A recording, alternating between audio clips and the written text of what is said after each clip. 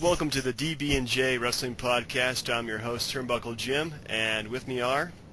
Fast Count Brian. And unfortunately, the D in the DB&J is apparently more of a permanent reduction in our commentary. Yeah, I mean, we could find a Dastardly, maybe. We could find a Dastardly, or a Derek, or a another Donnie, maybe. Anyway. Demolition. So we have a special guest tonight. We have Commissioner Travis, also live via Skype. Hello. Yes, this is Commissioner Travis. And let me just say I'm really missing the D in DB&J Wrestling. DB&J? BJT? BTJ? They're all terrible. We'll have something else later on. One way or the other, there's a dick joke somewhere. There's always a dick joke between B and J. So, folks, we have for you tonight our Raw recap of what day was it yesterday? June 9th, 2014. And then we'll go to our top 5 list, top 5 gimmicks of all time, because last week was top 5 worst of all time.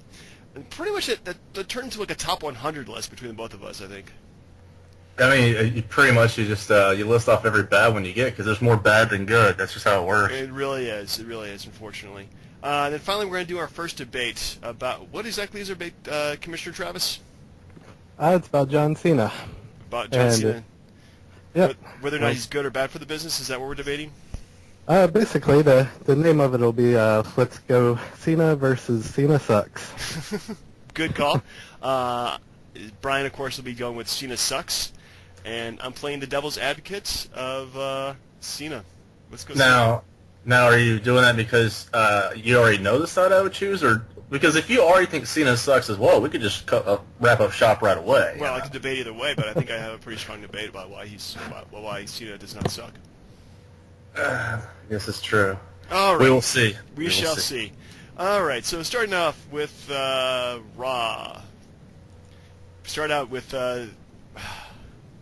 Probably the most depressing moment of my recent comeback to wrestling in the past year and a half or so, with Daniel Bryan losing the belt via pretty much medical reasons. I think that in the segment, Triple H and Stephanie were excellent heels, and definitely got us hyped for Money in the Bank. However, they also decided to put in Randy Orton into the match too. Commissioner Travis, what did you think about this segment? Oh, well, yeah, I was ashamed for Brian to miss the title. And it's, I believe it's a shame to miss the Money in the Bank contract. Yeah. Hopefully I don't know, I'm hoping they'll find a way to maybe do another ladder match or something, I don't know. I heard they're still going to do 2 ladder matches, one for Money in the Bank and one for the actual belt itself. That would be good. Yeah, even though I love the match itself, I think that the gimmick of being able to challenge for a title at any time is just stupid. But that's my own personal opinion. What'd you think about it, Brian? Well, I mean, I think it's only stupid just because it's pretty much been done the same way, because the only guys, I think, was like Cena and I think RVD are the ones who let you know beforehand, hey, I'm going to cash it in at this time. Everyone else did it after a match or something crazy. Yeah, it was just something stupid. It was just like, oh, great, this is the best match ever. He finally won the belt. And then somebody comes in with a Money in the Bank briefcase, wins the belt, and then becomes champion for God knows how long. Friggin' Randy Orton, I think that was just terrible. Alberto Del Rio did it the same way. They've done it way too many times. To be fair, I mean, it was sucky the way they did it, but it was the build-up, the start of the Daniel Bryan build-up. That is true. That's pretty much where he got his start. But he already won the belt in the match beforehand. This is true, and he did beat Cena, so I could use that for my thing later. I'm also going to use that for my thing later on, too. But the thing is, real quick, you look at, Ziggler and, the reaction he got when he cashed it in, or... even with the Miz, the look in the crowd when everybody's all pissed off and sad, and one kid was crying because Miz won the belt. I'm sad crying because he won the belt. But he's awesome. He married Maurice. You can't. I'm just saying. Yeah, he did. He did very well. But no, as far as the match itself, I mean, the fact that they said that he was having weakness in his arm from the neck surgery. I mean, you don't mess around with something like that. So no. I'd much rather have a Daniel Bryan miss the last 2 pay-per-views than miss 5 years of his career. Example, Steve Austin. Yeah, the only problem I'm concerned with, and I know you are too, is like, the fact that he's taken so much of a beating to get to that point. Will they let him get there again? Easily. I doubt they would ever not give the belt back to him because he's so over right now that they have to give it back to him at some point. Oh. It really depends on who wins the match at the pay-per-view, because if it's like a guy that you can tell that it's a short-term guy right away, he's getting the belt back. But if it's like, let's say it's like Roman Reigns, for instance, just out of the chute, do you think they're going to pull the trigger on him and then give Daniel Bryan the belt back? It's really interesting. Yeah, it is. We never know at this point. So that leads us to our next segment, which is Money in the Bank qualifier, Sheamus versus Bad News Barrett. Commissioner Travis, you've been real quiet, so what did you think about the match? It was all right. It was a good wrestling match. I was hoping they'd give Barrett the win, but other than the ending, it was a decent match. Yeah, I'm loving Bad News Barrett though. I think it's probably the best rehash they've done of a star lately, like a Damien Sandow. What did you think, Brian? Oh yeah, well no, there's no point. I don't, because if they're honestly, that's the point of SmackDown, right? If it was that good, we would do the show Wednesdays and talk about the Tuesday spoilers. Yeah. Anyway, next up is Xavier Woods versus Bo Leave Dallas. Bo Dallas beating Woods in a pretty blah match. Kind of crappy. At least he hugged him at the end and gave him the inspirational speech. So I'm liking the Bo Dallas thing. It's kind of growing on me. But I don't know if the fans really want to see that as like a heel or a face turn. So I don't know, Brian, what do you think? Yeah, I can't stand him at all. I believe that it's going to be crap within a couple months. I mean, you want to root for a guy to have a chance, but every time I see him, I want him to get hit in the head with the steel chair constantly. Is that what they're trying to make me feel? They want you to believe that you want to be hit in the head with a steel chair constantly. He's just so horrible. Is it? Do we need that kind of guy who just goes out and hugs his opponents after a match? The whole gimmick from head to toe just drives me nuts. And Xavier Woods, I feel bad for him because he's a jobber and he never got started. That's what hanging out with R-Truth gets you. Oh man, Commissioner. I actually like Bo Dallas okay, but yeah, he has the same problem as Rusev. It's like, what are they gonna? Yeah. They need both of them to give them something to do. Yeah, well, I just feel like the latest NXT talent they brought out, which has been Rusev, Rose, and Dallas. They just get them started, but they don't know where to take. Yeah, they don't know where to take them from here. They just all three of them are just they can't move on to some kind of storyline, or just go somewhere. Yeah, it's just kind of frustrating. You kind of wish they would actually do something with them. Would it surprise anybody if before the next 12 months is over that Bo Dallas is just reduced to some kind of cheesy life coach or assistant cheesy life coach GM type of role? If you want to conquer America, Rusev, you gotta believe. I'm serious. I don't see him going for any title unless somebody really wet the bed, so to speak. I don't know. Just give this guy some time.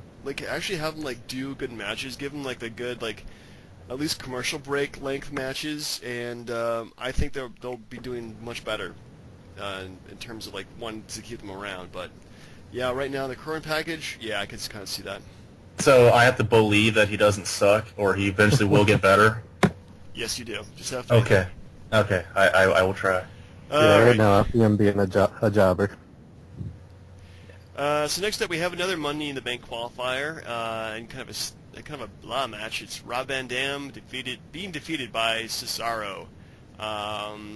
This whole match just feels awkward. There's two styles just don't mesh at all, and they've been paired together for weeks on end now. What'd you think of this, Brian? Yeah, they did a decent job, if I'm not mistaken, a while back. They've been feuding for a little bit, but to tell you the truth, this was a stinker, and you knew who was going to win before the bell even rang. So, for me, if you're going to get Cesaro in there, you picked the right guy because he put on a decent match, and you knew he was going to get into the Money in the Bank. But I would want a more believable opponent that you think, hey, maybe Cesaro isn't going to win the match. Agreed. Travis? Yeah, these two seem to have bad match after bad match. I'm not sure why they keep doing that. Yeah. It's just stupid. Yeah, I feel like they kind of book people together for quite a bit. Like either it's Barrett and Sheamus, thank you, or it's Cesaro and RVD. But yeah, these some of these pairings work really well, and some of them just don't catch on. So I mean, I've seen Cesaro do great matches with other people, so hopefully his style is not that limited, and he learns and can actually adapt to other people's styles too. All right, so next up we have the Seth Rollins and Michael Cole sit-down interview. Seth Rollins explains why he broke from the Shield, and then was proceeded to almost be attacked by the Shield, who then get ambushed by the Wyatts, and then John Cena runs out and makes a save. Start with you, Commissioner. What do you think of Seth Rollins? Yeah, I think he did a good job.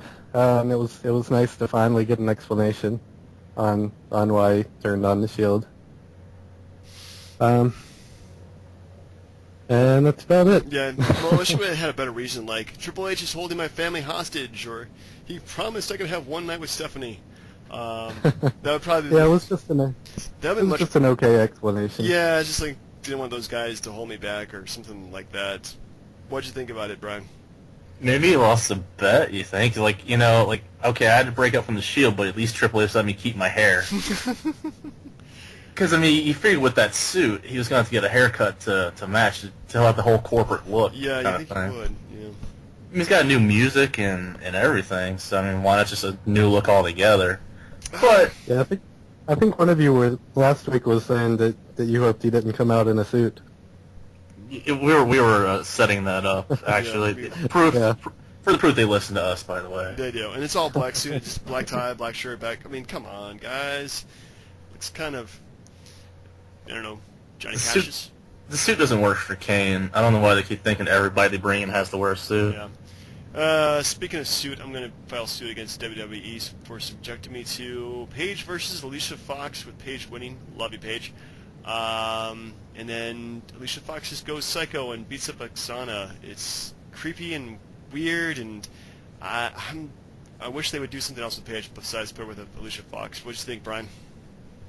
Aren't they just killing time before they bring AJ out of timeout or punishment or whatever corner she's in right now? You married that deserter. Pretty much. I feel like we could take this last segment back. We're talking about divas. What are we doing? What are we doing? Travis, talk about. We're just gonna skip this because we're talking about divas. Okay. Yeah, it was pretty terrible. Yeah. Speaking of not terrible, was Santino Marella getting his ass kicked by Jack Swagger. Swagger using a Swagger bomb to pin him 1, 2, 3. This was beautiful to me. Travis, what do you think about Italians being beaten up by guys from Oklahoma? Yeah, it's perfectly fine. I don't worry. It was a decent match. I have nothing really to add. It wasn't really a good match. It was really quick, but it just kind of made Swagger look more dangerous now. Brian? Does beating Santino really help all the jobbing he's done the last 6 months? I don't think so. It's like the king of the jobbers at this point. It's a start. Yeah, it's like we gave him a win, so let's go have him job the Fandango next week. Oh, God. And then Mark Henry, and then the Big Show when he comes back.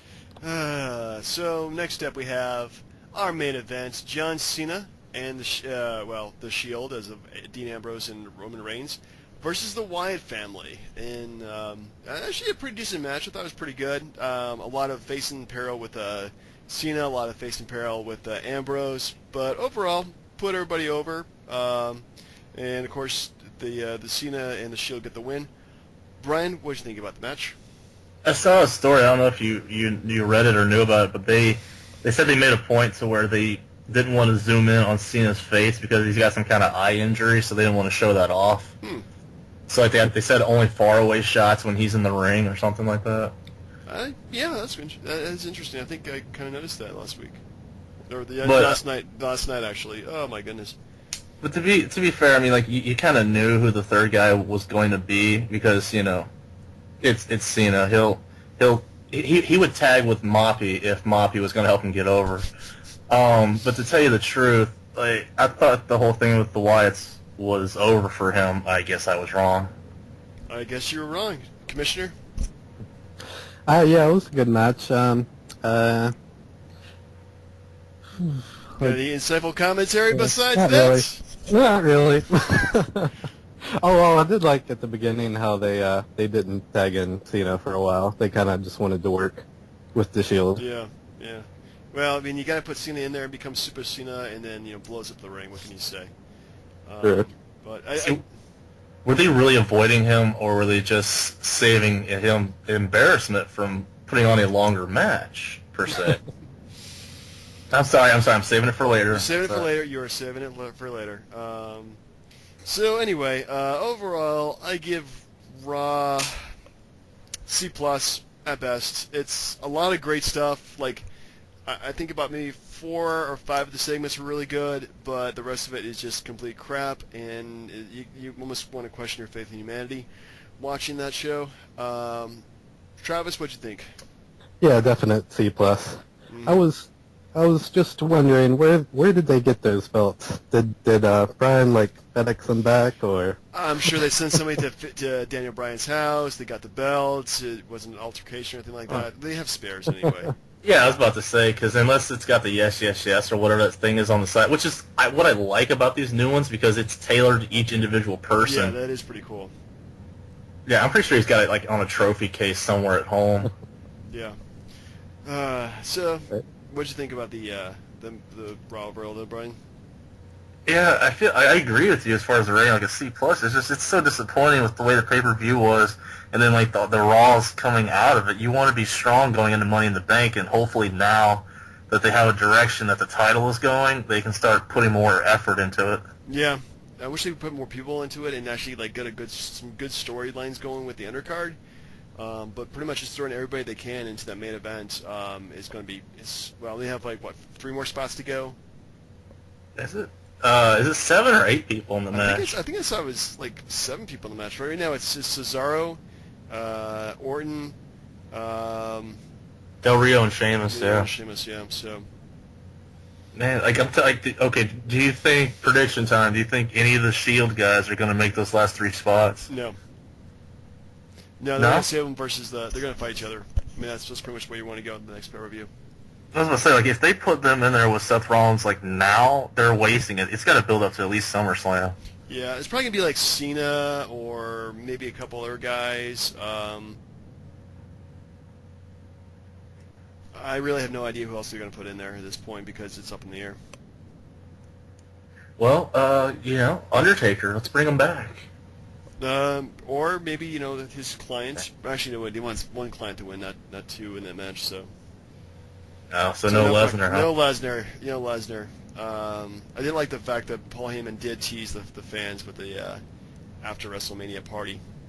Do you know how great that would be, actually? Because he's on a limited appearance schedule anyway, so you never know when he would show up to cash in on that briefcase. That would be cool. Yeah, and don't you think Lesnar would be great in a ladder match? Hey, they put Mark Henry Money in the Bank. Can Lesnar be any worse? True. True. Lesnar would just jump up and grab the belts and then be done. That's how I see it ending. So anyway, all right. Well, next up, let's move to our top 5 list of all time, which is the top 5 gimmicks. I mean, we're just going off of last week because you can only be so negative, so let's just be positive. It's really easy to be negative, and when you're talking about professional wrestling, because they make it so easy. But yeah, it's good to talk about a few positive things. So I'm willing to go over what I think is the best stuff they've done. Who wants to start? I believe that would be you. I mean, it's your list. It is my list, so yes, I'll go first. So my number 5 spot I always usually reserve for something that's happening right now. So I'll go with the best gimmick they have going today, which is easily the Wyatt family. Ooh. Which is, it's kind of hard to exactly describe what Bray Wyatt is. I mean, kind of pseudo Southern cult leader. He's got that shade of mysticism about him that like the Undertaker had. He has that kind of Southern hillbilly look to him, which he's rarely ever done well, but ultimately it's ripping off, like, say, horror movies like, I can't remember any in my head right now, but it has that kind of horror feel mentality to it. It's like, yeah, they feel like Rob Zombie characters is what they feel like. Ooh, House of a Thousand Corpses, that was good. Which I haven't even seen, but if I've seen enough of it, like, yeah, that's what they're going for, and I think it works brilliantly, and I think that gimmick can last for years. So yeah, I mean, I would hope so. I mean, hopefully they just don't, have some kind of crazy Cactus Jack, or like he ends up in some kind of a Cena asylum match where he's just locked in someplace in one of those crazy man suits and white walls everywhere. Yeah, well, he's got the whole world in his hands, so it's kind of hard to do. I mean, you could give him a window view, maybe. Yeah. Travis, you want to go? Together. You want to go next? Yeah, sure. My number 5 is Daniel Boone. I'm just kidding. It is The Godfather. Oh. Ooh. And yeah. Please explain. Who doesn't love The Godfather's entrance with the Ho train? After the entrance, maybe not. But I do love the whole pimp gimmick. I mean, that would work for about anybody, I think. True. It was the most successful gimmick he ever had as a performer, that's for sure. Better than Papa Shango? And the Supreme Fighting Machine, Kama. I mean, nothing's better than making the Ultimate Warrior, puke and have, fake stuff like spewing down his face. But no, Godfather was great. Godfather was it really was good from the Attitude Era. It wouldn't have much legs outside of it, but man, that was cool, especially with the Ho train. It's just get every single escort you could find in the city just to show up for Raw. Here's like $1,000. Victoria was actually one of his hoes during one of the random appearances he had. Yeah, I remember that. Best Godfather though thing. I don't know if you guys remember. It was like a Raw pay-per-view for a couple of years, 6-7 years ago, where Viscera was into Lillian Garcia. If you remember that. No, I think I blew that out of my mind. Yeah, apparently they had gotten serious enough that he was going to propose to her, but when he was about to, Godfather comes out there with a massive amount of hoes, let's just call them, and pretty much sold Viscera on that, and you watch Lillian pretend to cry that Viscera was walking away. Fantastic. It was so good. Yeah. Anyway, so what's your number 5, Brian? I went with Raven. Ooh, okay. Yeah, I like the fact that he was such a clown as Johnny Polo. Seeing him manage the Quebecers, you would never think he'd be the guy that would crucify, Sandman on a cross at an ECW show. He'd never put that together, but he found it. He went with it, had great feuds with Dreamer and Sandman, and then had the Flock in WCW.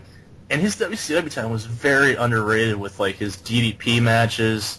I know he did a little bit of stuff with Jericho. He even had a match with Kevin Nash one time, I remember. But the Raven character itself, you could do so much stuff with it, and he did a really great job. So I love Raven.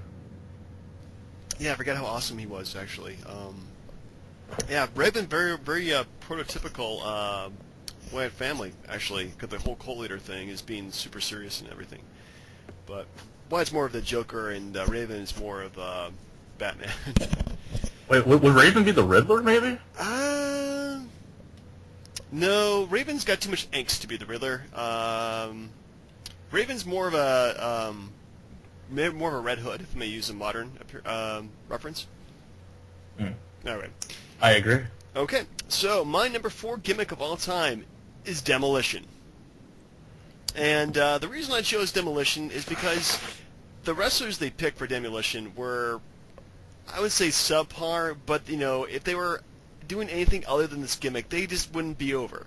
But Demolition essentially was ripping off Kiss, but they did it right.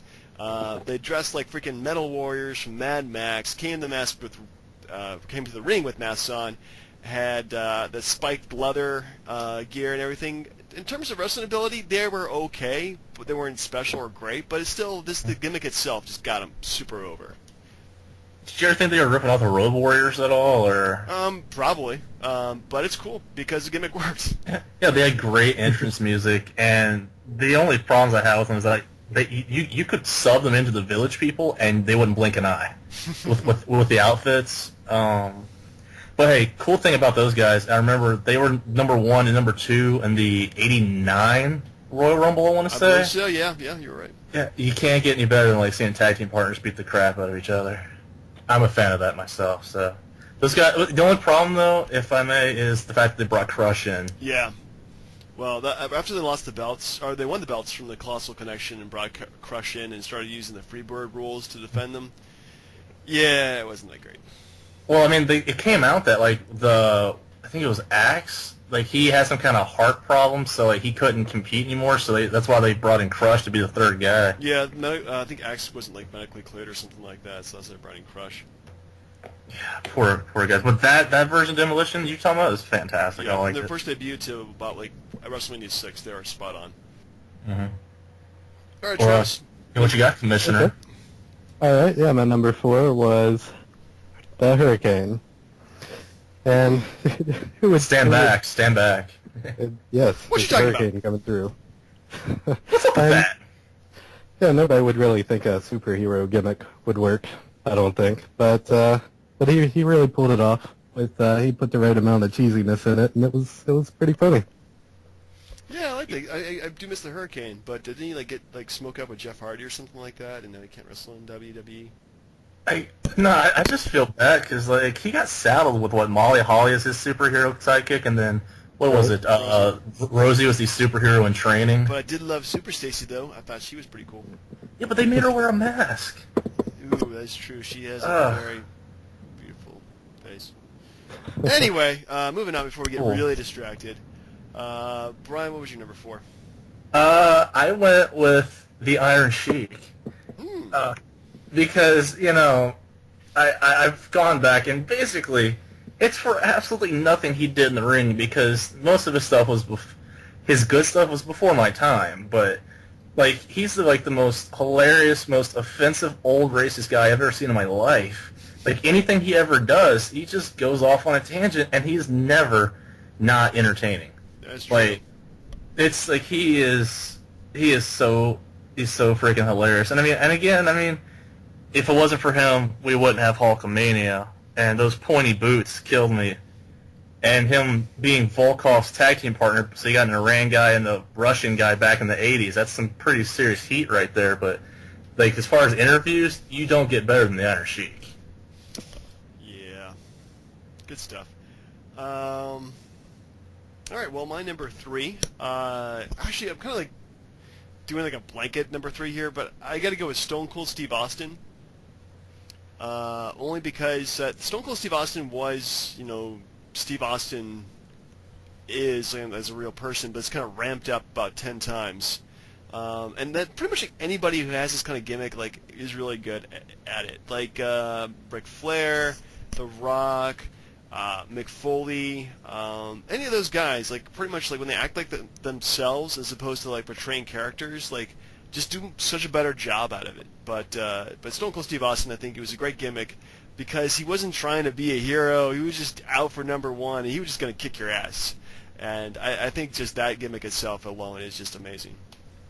Yeah, definitely a great gimmick. I think it was just kind of an exaggeration of his real life self. Yeah. Man, no arguments there. That's a good choice. I like it. What was your number 3, Travis? My number 3 was Carlito. What?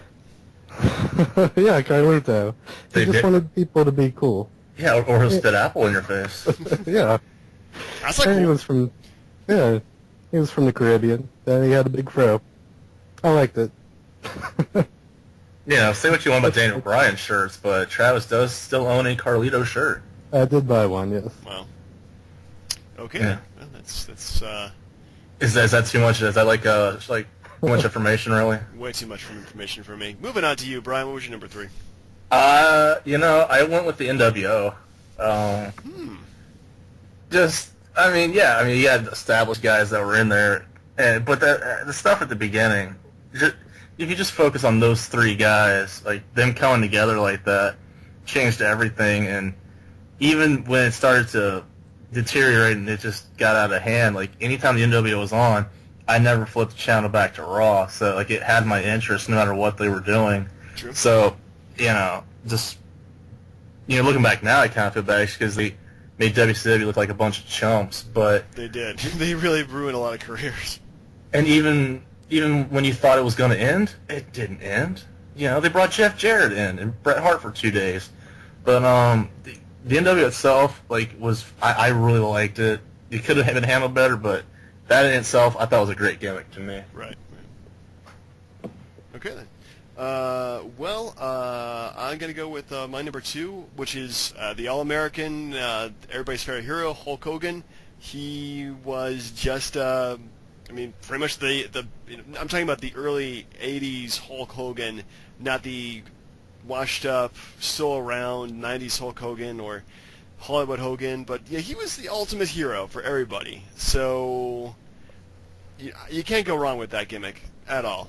When he put body slam Andre the Giant, he's made him the biggest superhero ever. So Travis, what was your number 3? Number 3, let me see. Oh yes, it was Razor Ramon. He was Okay. Yeah. He was actually kind of a better version of Carlito, if you think about it. Yeah. Actually, I'm sorry, we're at number 2. What am I thinking of? Oh yeah, well that's still my number 2. Yes, it is. Let me check. Yep. And he was like the first heel that I think people could legitimately cheer for. 'Cause he was funny.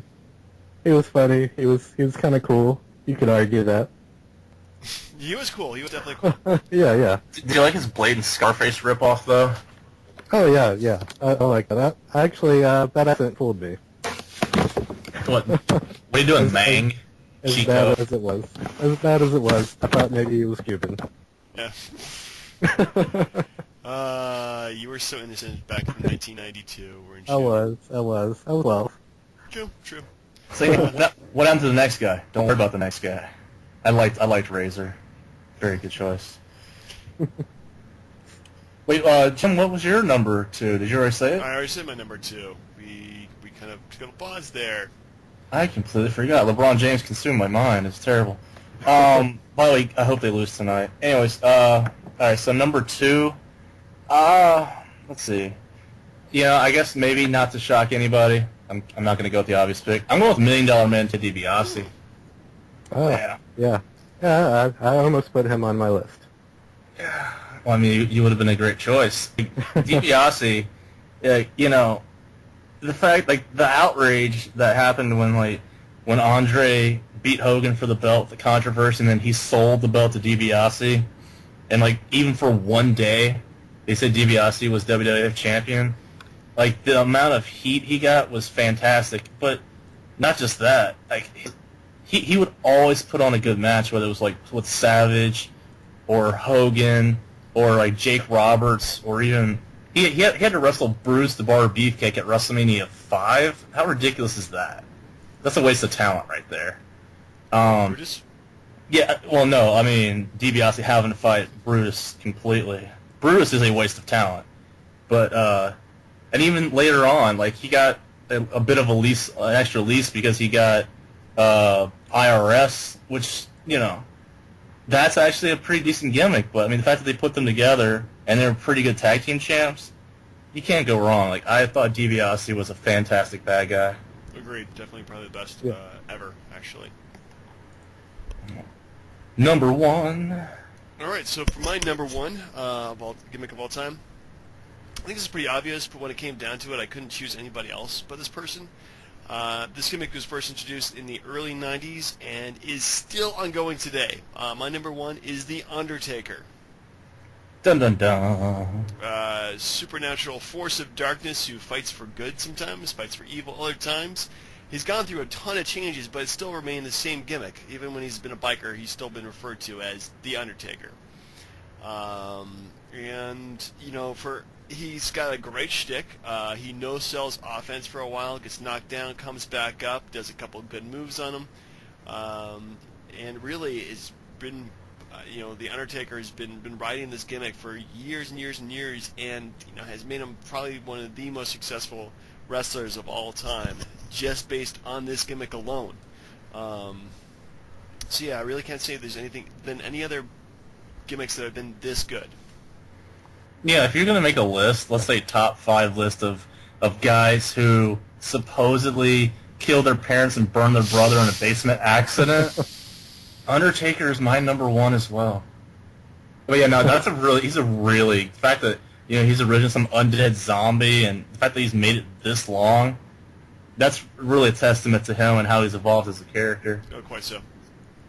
Travis, what was your number 1? My number 1 was Mankind. It was a crazy gimmick. I don't even think Mick Foley liked it to begin with, backstage, but he really, really made it work. Yeah. And it really fit his hardcore wrestling. And yeah, he was just great at kind of a tortured soul. But was that the best of all 4 Mick Foley gimmicks? Oh, definitely.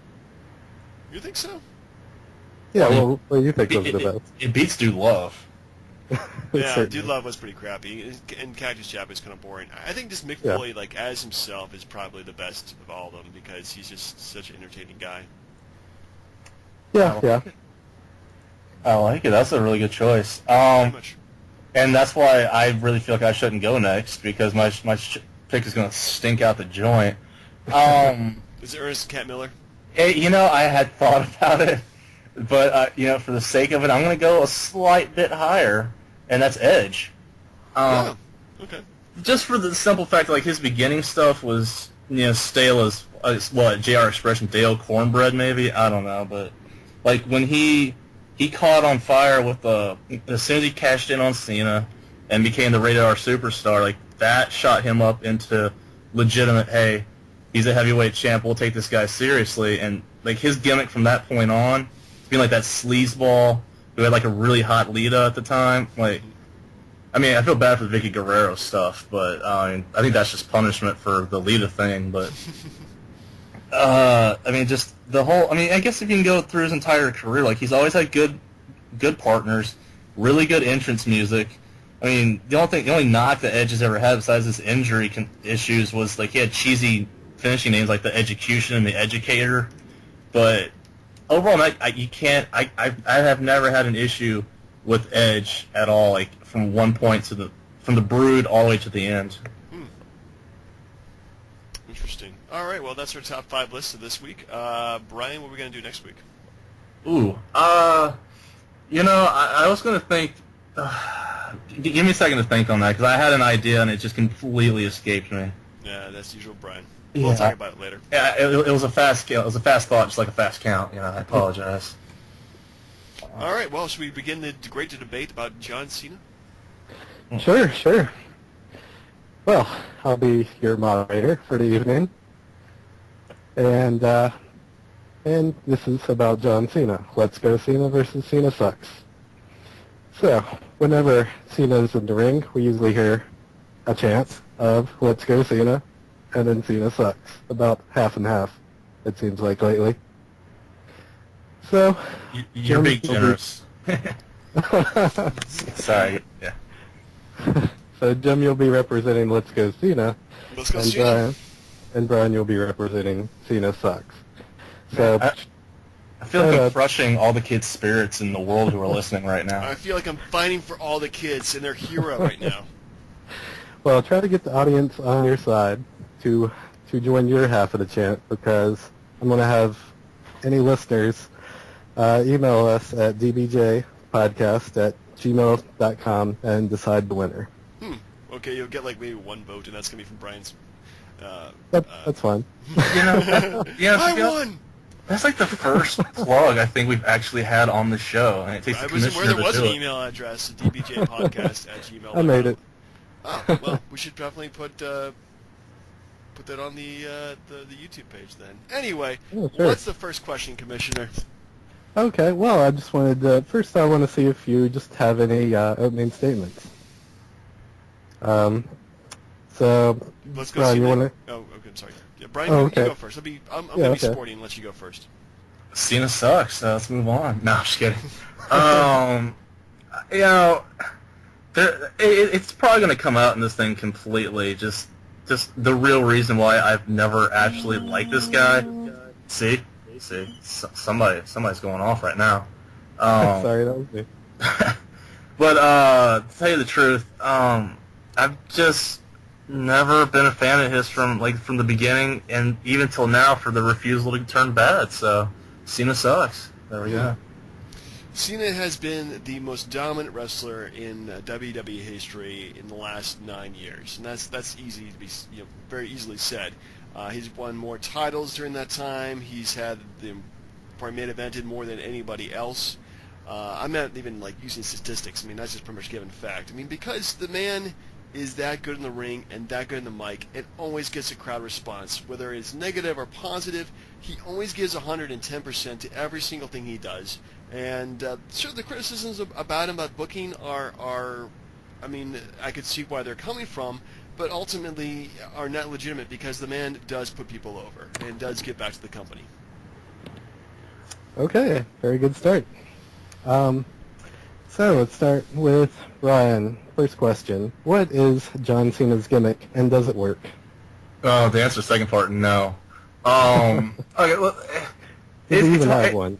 It honestly, he does. I mean, it's morphed over the year. If you look the years, because he was like the rapping Vanilla Ice white guy, and then he turns into hey, I'm gonna be this Marine who has this horrible salute, and then this whole never give up thing.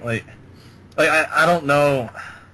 I don't understand why again okay, let's just get my thought back on track. To me, it doesn't work because if you look at his game from beginning to now, there's been one consistent thing, and that once he turned into a full-fledged babyface, there's been no change in that time. You look at the last 9 years, and everybody's had at least a heel, a face turn, something like that. At the point where you're at your hottest, you switch to the other side.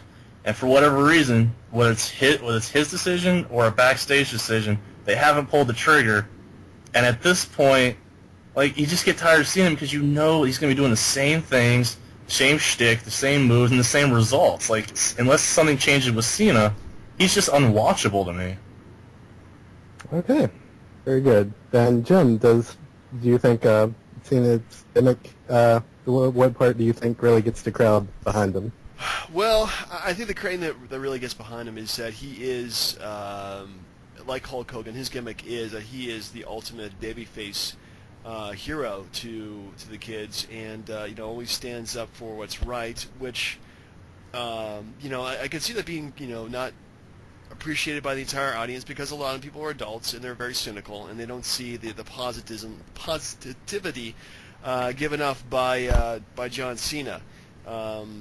He always gives again 110% to everything that he does, and he lives his gimmick with a hustle, loyalty, and respect.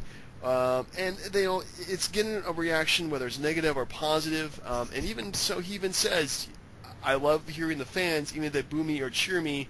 At least I'm getting something from them." So, what is not working about the gimmick right now? I mean, even though he's refusing to turn heel, his face gimmick works so well that there's no reason to turn him to be a bad guy.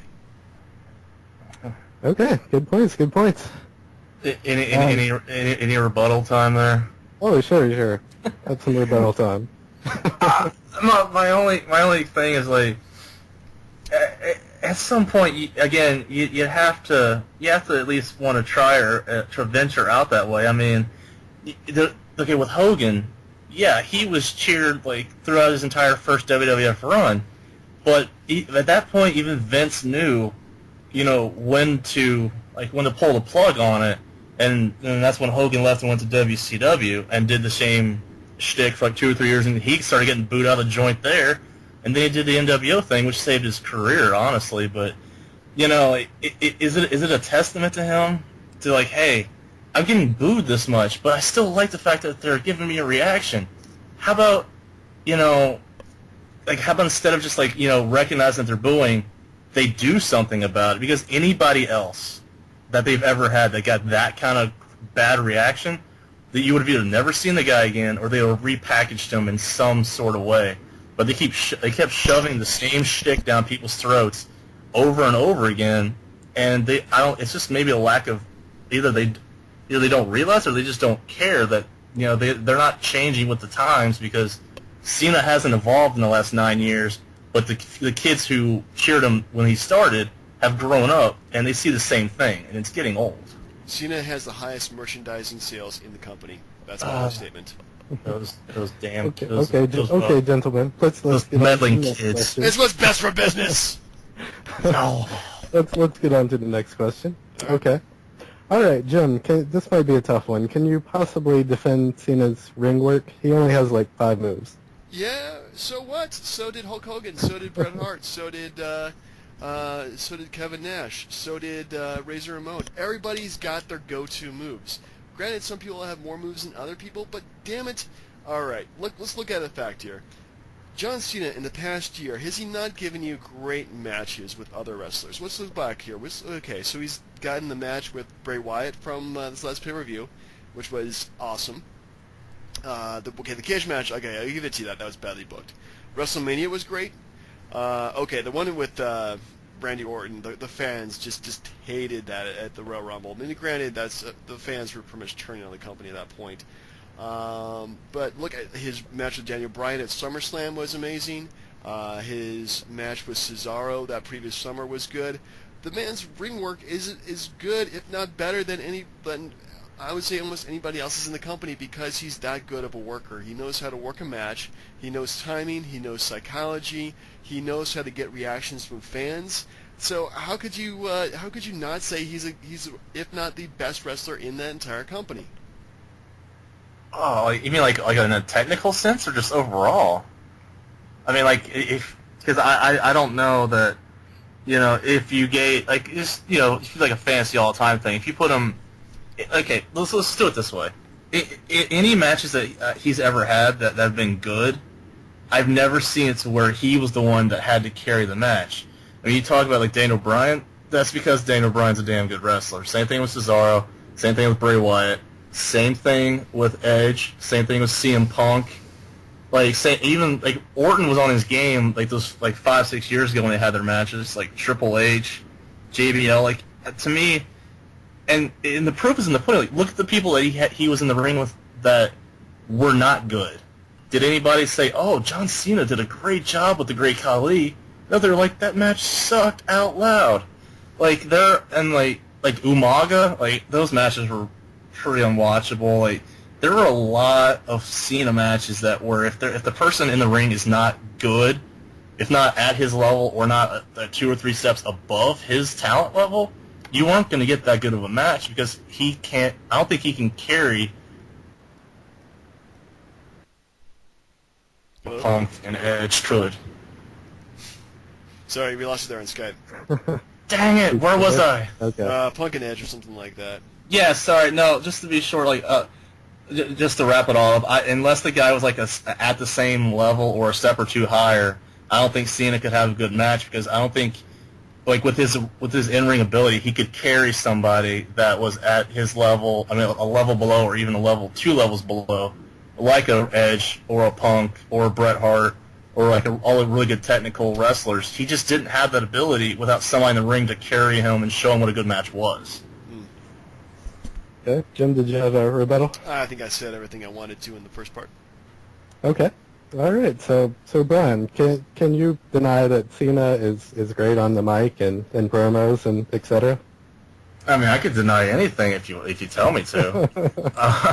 I mean, just to be honest, as far as his mic skills, I mean, he's had a lot of time to hone it down and hone his craft, but I just don't know that you could say that, again, his stuff is any different than it was 9 years ago. What is it, he comes down and why don't you come in my face, I'll kick your ass, or I never give up, hustle, loyalty, respect, you can use the same shtick and just vary it up by which opponent that you have.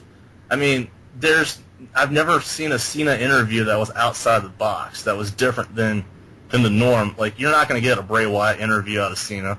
You're not going to get the CM Punk pipe bombs. You know, like, I mean, he's consistent, but his stuff just stays the same to me. Like, he never really ventures forth into new territory. Okay. Jim, do you agree with that? Does he just keep saying the same thing over and over? Why would you change something that's not broken? Because he's always made good points on the mic. He has always been clear and has always gotten fan reactions from whatever he says. He doesn't need to change up his style or go different, or he's always had that same kind of cocky attitude about him, with some kind of sarcastic humor. So why hurt that? I mean, he can go back to being chain gang mode in the second, and go right back to being Mr. Superhero the next. So I think that works for him. It's worked for years, and you know what? It always gets reactions. Okay, Brian, did you have anything else to say about that? No, I mean, I don't know if it's going to venture to a different question, but the only thing I would definitely want to change is his entrance music, because it's 9 years ago when it said your time is up, my time is now. Got it, but after 9 years, like, whose time is it? I don't think anybody remembers at this point. Just saying. You can't see me. You can't see me. Yeah, change the music. That's all I'm asking. All right. Okay, so Jim, a lot of people think John Cena fully embodies the PG era of wrestling. Do you think he could still succeed in, say, the Attitude Era? Well, I think his early gimmick of being, the rapping John Cena was definitely very Attitude Era-esque. I mean, after the merger between the two companies and the brand split and everything, I would say merger and more like WWE bought out WCW. So I think, yeah, he would have, he just probably needs to tweak his character, make it a bit more obscene. Really, though, if you really want to go to, say, a pure, Attitude Era character, he's definitely not that. In terms of, appealing to the kids and still being popular. I'm going to actually debate myself out of this one and say that, yeah, it probably would not work in the Attitude Era the way it was. But if the original John Cena rapping superstar, he got over in that era very well, and I think that keeping that kind of gimmick, would work also well, back in '98 too, at the height of beginning of the Attitude Era. Okay, Brian, I think Jim might have gave you. I'm going to give you that one. That's a very loaded question, though. Even with his doctor, his thugonomics gimmick, he wouldn't have made it past the mid card. You couldn't tell me that, The Rock at his hottest point, or Steve Austin, or even the beginning of Triple H, that you could have found, Cena saying "Word Life" would have been anywhere close to credible title competition. And even now, what would The Rock or Undertaker, if this, Ministry of Darkness done, kidnapped and converted Fruity Pebbles? I mean, from then to now, there's just no way, especially now, with this character the way it is. Can you find one guy in the Attitude Era that was just, the same way from beginning to end, never changed his character? You'd be looking at Steve Blackman, he was, that's a little insulting because Cena has a bit more personality and a lot more skill, but no matter what character he had, there's no way he was going to make it past mid-card with the way those guys were running at the time. There's just no way. Okay. Jim, did you want to add anything? No, I think he's got it good. Okay. All right. So, Brian, this is the last question. Uh-oh. No pressure. All right. So, John Cena seems to win a lot of matches, and when he loses, it's never cleanly. But isn't that exactly what you should have, the face of the company do? Yeah, it's... But then again, you see, you would think that for an extended period of time that... I just think after 9 years that somebody else, they would probably give somebody else a chance, or maybe they have and they didn't do it, to rise up there and, rise above Cena, for instance, just... with the... It's just with the way that he is booked, yeah, he's booked just like Hogan was, or, but Steve Austin lost quite a bit during his hot period too. Himself. But you look at Cena, his losses are it takes like some catastrophic event just to lose a regular match. I mean, it takes what? Punk turning bad to costing the title when he cashed in Money in the Bank, or I mean, I just don't know. I just don't, or even when he fought The Rock, for instance, and lost that first time. I just don't know that. As far as like him being booked that way, I mean, yeah, like if you're the face of the company, you're supposed to win more times than not because the fans want to see you win. But he's not that normal face of the company because he gets booed a lot. People want to see him lose. He doesn't lose, and a lot of fans go home frustrated and just razzle frag him, that kind of thing. That's a good point. All right, so Jim, do you agree with Brian there? Should Cena be booked to lose more matches? I don't think so. Again, he is the face of the company. He is their number one guy, obviously. So I think the number of matches he loses, I mean, he's been actually kind of losing quite a bit lately, if you ask me, especially in pay-per-view. He's only 2-2, I think. This well, let's see, he's only 2-3 this year for pay-per-views. So, okay. I mean, granted, on Raw, yeah, he'll show up, he'll win. It takes quite a bit. There's always a DQ win or something like that. So it does take a lot to beat him, which is good because it puts him over and whenever he loses to somebody, puts him over too. I don't think Daniel Bryan would be as big as if he was if John Cena didn't give him an opportunity to wrestle for the the WWE title. In SummerSlam last year, and putting Daniel Bryan over cleanly, and having that kind of reputation for being such a winner like he has, John Cena, that he can make people and put them over just by losing to them. So that's my opinion on that. Okay, good point. So he did lose that one to Bryan, clearly. Right. All right, did you have a rebuttal there, Brian? Yeah, I'm sorry. No, I mean, I don't know. I mean, the fact that he's booked, to me, if you've been at the top for this long, why should you, to me, him being the top man of the company, even still today, shows a lot more problems with WWE than it is Cena. It's not, I mean, I'll give him this, it's not his fault. Because by this point, in the course of the history of the company you've ever seen, nobody lasts this long at the top. So either I'm not saying it's all his ability because it's not, but I think there's a lot to be said for the fact that they haven't built up enough people to get to his level or higher, and they're still having to depend on him to give the same stuff that he's always done over and over again because, again, they haven't put anybody to that level, and by this time, they should have. Yeah. I think if they told Cena to lose more matches, I think he'd have no problem with it. I mean, just a real quick example. I'm sorry, but it just came back to me. So look at it this way: when CM Punk had his run as the champ, to me, it doesn't matter who you are. If you're the champ, 99 times out of 100, you should main event a pay-per-view. And what did CM Punk? He fought Daniel Bryan for the title at a pay-per-view, two really good wrestlers in a match. And what's the main event?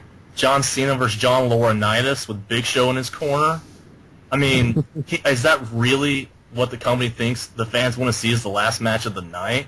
No, that's a case right there where you ignore the fans and you just shove a bad Cena match down everyone's throat. I'm just saying, there are a lot of examples to where he's booked at the top and shouldn't be anywhere close to it when it comes to a pay-per-view. Yep. All right. I think that'll about wrap it up. Before we get to closing statements, if anybody has them, just like to remind anybody that wants to email dbjpodcast@gmail.com to vote on the best debater and not on who you agree with the most. I'm going to email you right now. Who you agreed with to begin with. I thought Jim made some really good points. Yeah, if somebody made some really good points, you should vote for him. Yeah. No, I was actually being serious. Okay. I mean, despite so do you want to give up the competition? Oh, heck no. No, not at all. I'm just admitting that.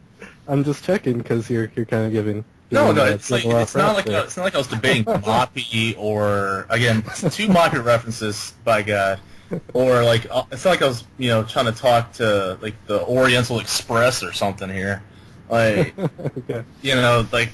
Jim made some very good points. Well, thank you. I think you made some good points as well. And we'll let the fans, or fan, decide which one, Yeah. one person who listens. All right. Well, this has been a fun episode. So, I guess we'll see everybody next week. This is Turnbuckle Jim. Fast Count Brian. And Commissioner Travis. All right. Y'all have a good night.